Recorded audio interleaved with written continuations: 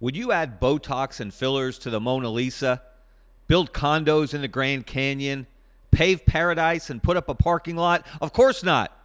So why, in the name of all that's holy in college sports, would you expand to the NCAA basketball tournament? We break down the mother of all bad ideas next on Scarbo Knows.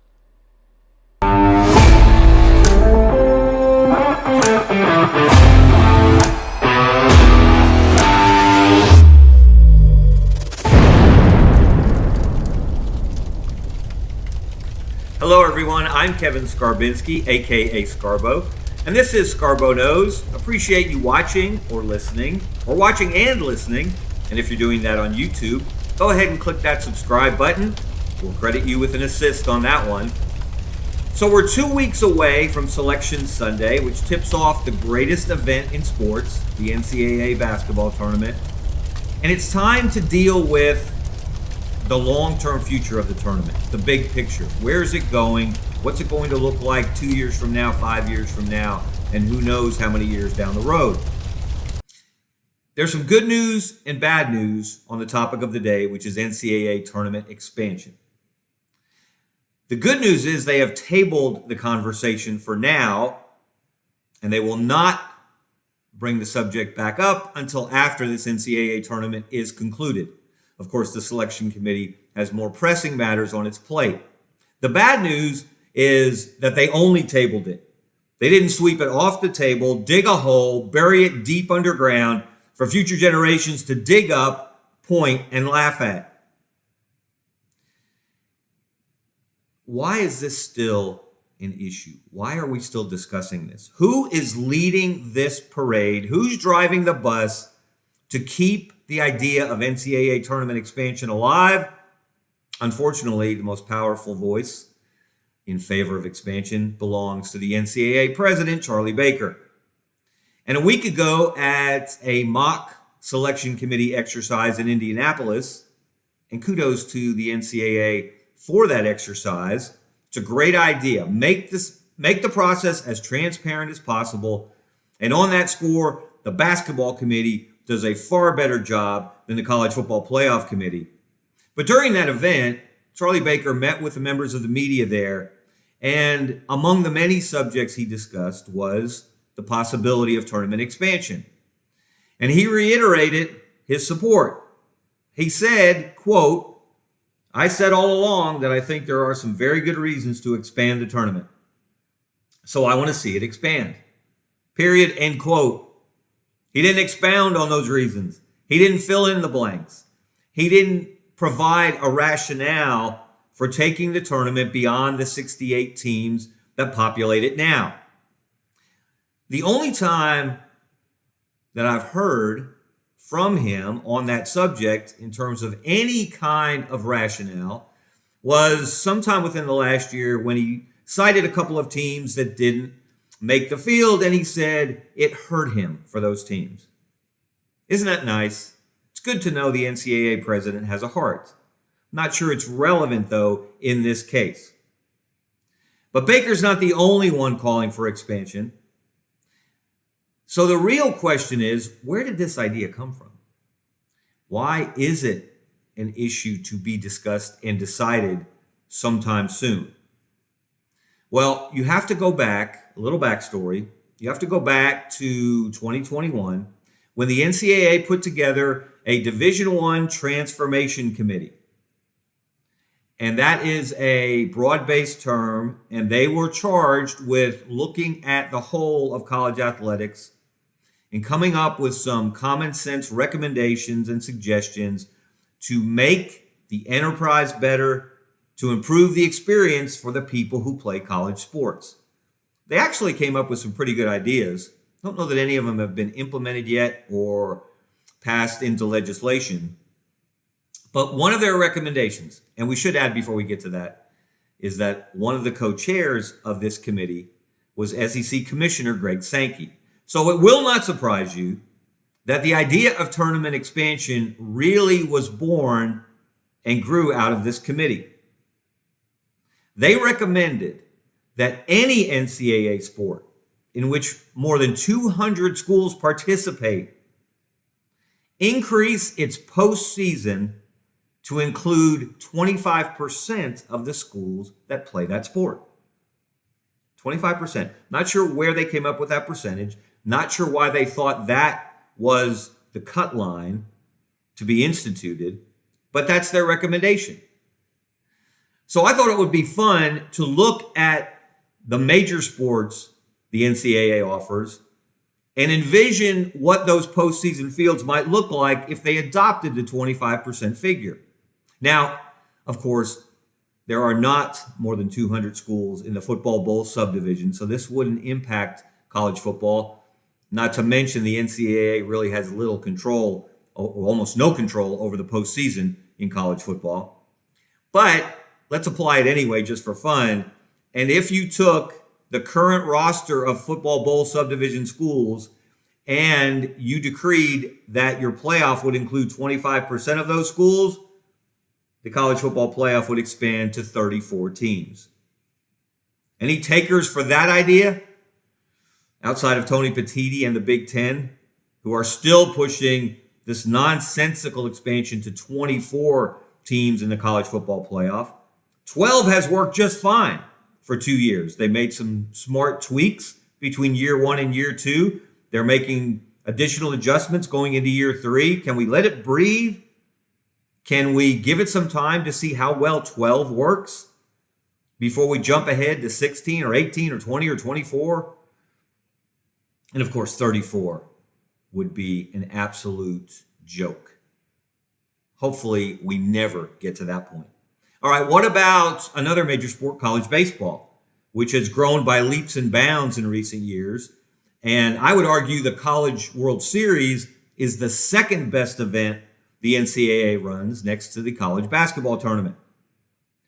What if you took 25% of the Division I teams that play college baseball? How big would the NCAA baseball tournament be? It would include 75 teams. Anyone want to stump for that kind of expansion? I don't think so. And then we get to our favorite, our baby, the NCAA basketball tournament. And at present, there are 361 Division I basketball teams.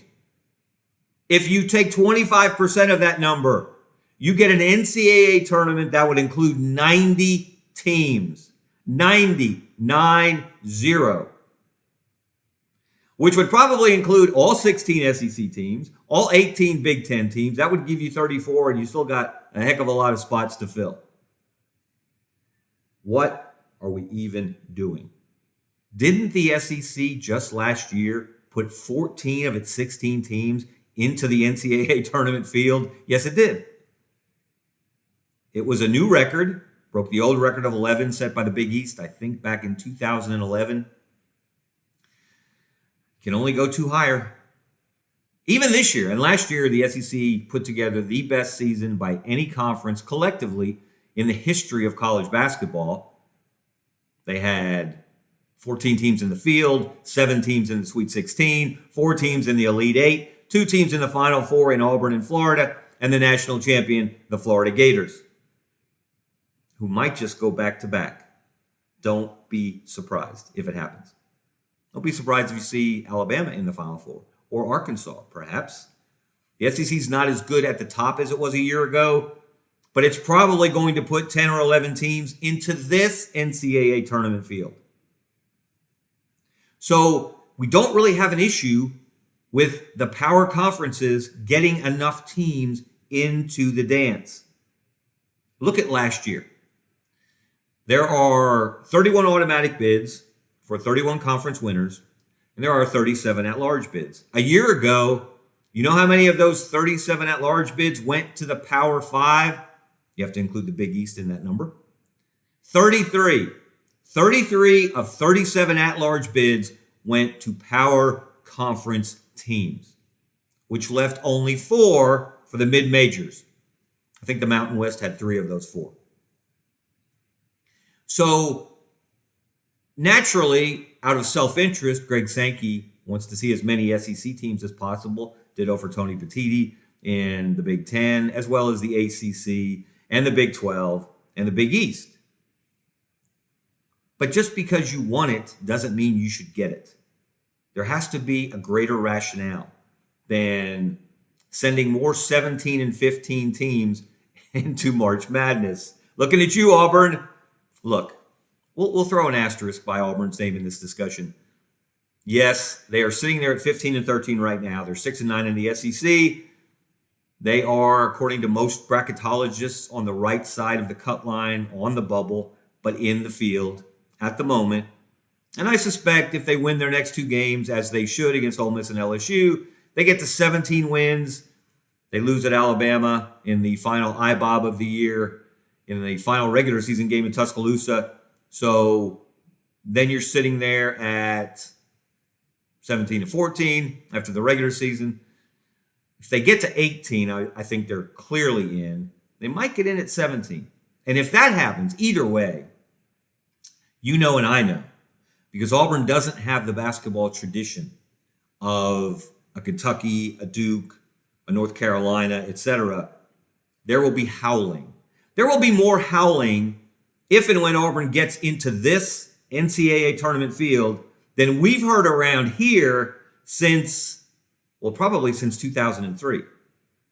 When Auburn got in, I don't remember their exact record, but they were a controversial choice as an at-large entrant. And I can remember Jay Billis and Dick Vitale. Dick Vitale was the loudest. He was the loudest agitator arguing against Auburn's inclusion. And all that Auburn team did under Cliff Ellis with Marquise Daniels as its marquee player was win 2 games, get to the Sweet 16, and push Syracuse to the limit in Albany, New York. And that was a Syracuse team with Carmelo Anthony that went on to win the national championship. Now, I just violated one of my own principles right there, folks. I have always argued, and I always will, that your postseason performance has nothing to do with your postseason worthiness. You can go undefeated in the regular season, make it to the big dance, get upset in the first or second round. It's happened. 2 16 seeds have beaten 2 1 seeds. Does that mean that those 1 seeds, Purdue and Virginia, didn't deserve to be in the tournament because they lost in the first round to a 16 seed? Of course not. It's nonsense. But we're going to give Auburn a break here because their metrics are so strong, because they played the toughest schedule in the country. They actually overscheduled for this roster in this rebuilding year after going to the Final Four last year and winning the SEC regular season. Put that on Bruce Pearl as much as or more than Stephen Pearl. But that's the kind of debate we're going to have on Selection Sunday. And Auburn's going to get the benefit of the doubt because it has so many Quad 1 games. It's played more Quad 1 games than anyone in the country. And that's because it plays in the SEC, which has a lot of teams that fall into the Quad 1 category, depending on whether you're playing them at home or on the road. And then they scheduled like demons in the non-conference. Michigan, Purdue, Arizona, St. John's, et cetera, et cetera, et cetera. So they have that opportunity where a Miami of Ohio, the Red Hawks at last check, are still the only undefeated team in the country. They don't have that opportunity. Good or even mediocre high major teams aren't playing good mid-major teams, not in volume, and if they do, they're certainly not playing them at the home of the mid-major. Ask Andy Kennedy and UAB how hard it is to schedule. Ask Bucky McMillan when he was at Samford. Everybody wanted to schedule the Bulldogs when he first got there out of Mountain Brook High School, but after they started winning, and especially after they coulda, woulda, shoulda beaten Kansas in the 2024 NCAA Tournament, and didn't because of possibly the worst whistle in the history of postseason basketball. After A.J. Staten-McCray delivered one of the greatest, most athletic, clean chase down blocks we've witnessed in any level of basketball, maybe since LeBron James in the 2016 NBA Finals, and it was called a foul, which allowed Kansas to escape An incredible upset by Samford. But after that, nobody wanted to play Samford. No high majors wanted to play Samford. So this is the dilemma that mid-majors face. And this is the real question, that if they expand this field, who do you think those bids are going to go to? Are they going to go to teams like 17 and 15 Auburn? Or are they going to go to teams that win 29, 28, 30 games out of the Sun Belt or the Missouri Valley, but they don't win their conference tournament and they don't earn the automatic bid? That's another aspect of this discussion that gets lost. When advocates for expansion say, what is wrong with providing more opportunities for student athletes to compete for a national championship? That actually was part of the rationale of the Division I Transformation Committee when they offered that recommendation to put 25% of the roster of schools that participate in different sports into the postseason. More opportunities for student athletes to compete for a national championship. Guess what, folks? We're talking about college basketball. Almost every team in college basketball has an opportunity to play its way into the NCAA tournament through its conference tournament, because everyone gives their auto bid to the league champion, to the team that wins the conference tournament. Now, I know there are some leagues like the American, which is playing its conference tournament here in Birmingham for the first time. Not everybody in the American plays in the American Conference Tournament, only the top 10. So you have to be above the cut line. And Memphis is flirting with it right now, with being on the wrong side. UAB is safely in. Thank goodness, since they're the host. But for the most part, no matter how bad you have struggled during the regular season, no matter how poorly you have played from November through February, in March, almost all of you have an opportunity to shock the world, go on a run, win, 4 or 5 games in your conference tournament, and earn an automatic bid to the NCAA tournament. So this argument that we're giving more players an opportunity to participate in championship basketball falls flat. It's like taking a knife to a basketball, cutting it in half. Try dribbling it after that. There's no there. They already have that opportunity. Why do people like Charlie Baker not understand this? I don't know. Because as we all know, bigger is better only for the big boys. It's the way the world works. However, I do have some new news. I have some good news, some bad news, and some new news from the people that really matter in this debate. And that is the NCAA Division I Men's Basketball Committee, better known as the Selection Committee. They're the ones who will decide whether to expand the NCAA tournament. Charlie Baker can have an opinion, but he has no voice in the vote. He doesn't get to choose. He doesn't automatically get what he wants. The committee will decide, and the committee is made up of good basketball people who care about the sport, who care about the tournament, like Martin Newton. Martin is the athletics director at Samford, whose claim to fame, probably from here until the end of time, will be that he hired Bucky McMillan out of Mountain Brook High School and made him a college coach at Samford. And Bucky is well on his way in his first year at Texas A&M to proving himself one of the better coaches in the country.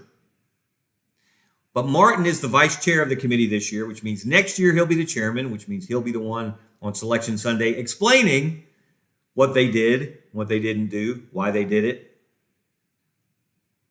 But Martin and Dr. Charles McClelland, who is currently the commissioner of the SWAC, the Southwestern Athletic Conference, lovingly known as the SWAC, based here in Birmingham, they joined us at the Birmingham Tip-Off Club last week for a roundtable to talk all things NCAA tournament. And they've done this for several years. Greg Byrne, the Alabama athletics director, is also on the committee. He wasn't able to join us this year. He has joined us for this roundtable the last couple of years. And during that meeting, and I conducted the roundtable discussion with Charles and Martin, they both said some things that really resonated with me. And I wanted to share this with you. Let's look at this quote from Martin because he is currently on the committee. Charles has rotated off after his year as chairman a couple of years ago. Martin said, "The committee is very serious about doing what's right for the game. To expand just for the sake of expanding is not the reason to expand. You expand because it makes the tournament better." And Charles McClellan seconded that notion. He said, "Too big of a tournament will lead to a tournament that's not as exciting or as profitable." Take note, bean counters, because it is important to understand in this discussion that television partners have a large voice in it. And Paramount, think CBS, and Warner Brothers Discovery, think TNT, TBS, and everybody's favorite True TV, which no one watches all year long until we get to the first four in the first couple of days of the NCAA tournament. They recently merged, or they're in the midst of merging. I think Paramount is purchasing Warner Brothers Discovery, taking on a lot of debt in the process. They are under no obligation in the current contract, which pays out to the NCAA about $1.1 billion, that's billion with a B, every year through 2032. There is no guaranteed escalator clause in that contract that says the media partners must pay the NCAA more money if there are more teams than 68 in the tournament. So more teams doesn't necessarily mean more dollars. And if you were doing it for that reason anyway, you would be wrong. Charles McClelland also said, "We don't want to dilute the integrity of the game." Now that may sound like high-minded rhetoric to you, but I know Charles McClelland, I know Martin Newton. They're not just saying what they're supposed to say or saying what they think people want to hear. They take their charge very seriously. And here's another issue that I have not heard anyone discuss. During the NCAA tournament, the NCAA pays to charter flights for the schools involved to get them to their destinations. And he said normally that can be a challenging process. It can be hard to round up enough planes for these charter flights. And he said it's even more difficult this year as they're going through their preparations for this tournament because the government, in the form of ICE, is using a lot of those planes. And they're having a tough time making sure that they'll have enough planes to fly all these teams wherever they have to fly them. Interesting thought. So if you expand the tournament, you need more planes for charter flights. Are you going to be able to make that work? That's just one part of the logistics involved here. Not to mention, how would you play the games? When would you play the games? Are we going to expand the first four? Are we going to make it a first 8, a first 12 in Dayton on those first couple of days? Because I don't think they're going to have a seeding or a bracket that goes 1 through 18 and one plays 18 and two plays 17, et cetera, et cetera, et cetera. They're going to be some kind of play-in games. And does that dilute the experience for the players and the fans? I can tell you from experience, the first year they had the first four, back in 2011, UAB played in it. And I traveled with the team and covered that event. They didn't stay very long. They got run out of the building on the first night by Clemson. I also saw VCU play that night, and VCU took advantage of the opportunity. They ran it all the way to the Final Four. But it didn't quite feel the same as the NCAA tournament.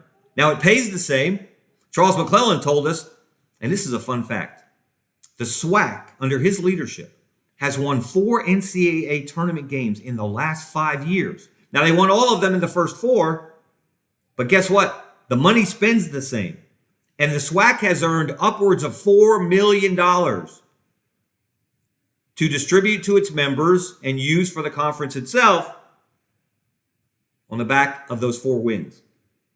So Charles McClelland is a big fan of the first 4 because it helps his conference. And he knows it would be a lot more difficult if they went straight into the bracket and they had to face the number 1 seed immediately. Food for thought there. So what would they do? How would they do it? Are they going to make the experience the same? The money can be the same. Is the experience the same? If you play in that opening round or those play-in games, as many people call them now. Look, let's be honest. Even though the first 4 has been around since 2011, most people think the NCAA tournament starts at noon Eastern time on Thursday, when for 2 days, college basketball owns the sporting world. People who don't watch a single minute of the regular season will be on the edge of their seat because they have filled out a bracket. They might have put some money on this team or that team, but they will be enraptured and engrossed in what's going on, especially on those first 2 days, because those are the days we get the upsets. Those are the days we get the near misses. Samford over Kansas, as I mentioned earlier, in 2024. Those are the days that we never forget. UMBC as a 16 seed beating Virginia in 2018. Fairleigh Dickinson as a 16 seed beating Purdue a few years ago. That's what makes the tournament special. Yes, everybody wants to see the big boys when you get to the Sweet 16, the Elite 8, and certainly the Final 4. Fun fact, the lowest seed to send a team to the Final 4 is 11. 6 different teams that were seeded 11th made it to the Final 4. You can see that list there. Started with LSU in 1986. It's a special year for me. That's the first year I covered the NCAA tournament. First year I got to cover the Final 4 with the Birmingham News. 2006, George Mason. As I mentioned, 2011, VCU coming out of the first 4. 2018, Loyola Chicago under Porter Moser, now the Oklahoma coach, who just put a dent in Auburn's NCAA case. 2021, UCLA, and 2024, NC State. There's one more double-digit seed that made it to the Final 4. That was Syracuse as a 10 seed back in 2016. What else do those teams have in common? The only double-digit seeds to make it to the Final 4. How did they perform when they got to the Final 4? They went 0-7. Not one of them advanced to the championship game. And so the lowest seed to win the national title still is Villanova from 1985, the first year of the 64-team tournament, when they took down Patrick Ewing in Georgetown in Rupp Arena. And that's the flavor of the tournament. Teams can make runs. Cinderella can dance for a couple of weekends. But eventually, the power comes out. Eventually, the big boys assert themselves. And that's why this tournament has everything. It has greatness at every level. Why you would want to mess with it, I don't understand. It's not broken. Why do you want to fix it? Hopefully, and I'm probably spitting into the wind and tugging on Superman's cape here, hopefully, Martin Newton and the rest of this committee will see the light. Hopefully, they will do what's best for the game of college basketball and for the postseason tournament that is the best postseason event in sports. And they will keep the tournament exactly where it is at 68 teams. We are 2 weeks away from Selection Sunday. We're 3 weeks away from the magic beginning. I can't wait. And then we'll stop talking about the future of the tournament because the future will be now. All right, everyone, that's going to do it for me for today. I'm Kevin Skarbinski. This is Scarbo Knows. Thank you again for watching. And now let's hear from our sponsor, Money Management Services. Whatever financial needs you have, they've been in business since 1992. The Rice family, good friends of mine, they'll take great care of you. Listen to their message next, and you guys have a great day. See ya. Since 1992, Money Management Services in Birmingham has provided individuals and business owners with trusted, fee-only financial advice. We're more than advisors, we're your financial family. From retirement planning to tax strategies and estate planning, our team builds personalized wealth management plans tailored to your life. At Money Management Services, we treat you like family, because when you walk through our doors, you become part of ours.